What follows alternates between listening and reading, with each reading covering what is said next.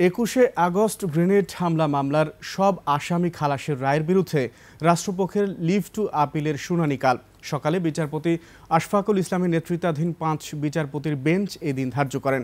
এর আগে গত ১ ডিসেম্বর ২১ আগস্ট গ্রেনেড হামলার ঘটনায় হত্যা ও বিস্ফোরক দ্রব্য আইনের মামলায় বিএনপির ভারপ্রাপ্ত চেয়ারম্যান তারেক রহমান সহ সব আসামিকে খালাস দিয়ে রায় দেন হাইকোর্ট।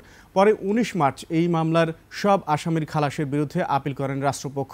আসামি পক্ষের আইনজীবীদের প্রত্যাশা হাইকোর্টের আদেশ বহাল থাকবে আপিল বিভাগেও। সানবিট সব দিবে সামাল। সানবিট ম্যাজিক প্রেস ডিশওয়াশিং এর মাথা ঘোরানো সলিউশন। ২০০৪ সালের ২১ আগস্ট বঙ্গবন্ধু এভিনিউয়ে সাবেক প্রধানমন্ত্রী শেখ হাসিনার সমাবেশে গ্রেনেড হামলার ঘটনা ঘটে। ওই ঘটনায় আওয়ামী লীগের ২৪ নেতাকর্মী নিহত হন। আলোচিত ওই ঘটনার পর হত্যা ও বিস্ফোরক দ্রব্য আইনে ২টি মামলা হয়। ২০১৮ সালে বিচারিক আদালত ২টি মামলারই রায় দেন।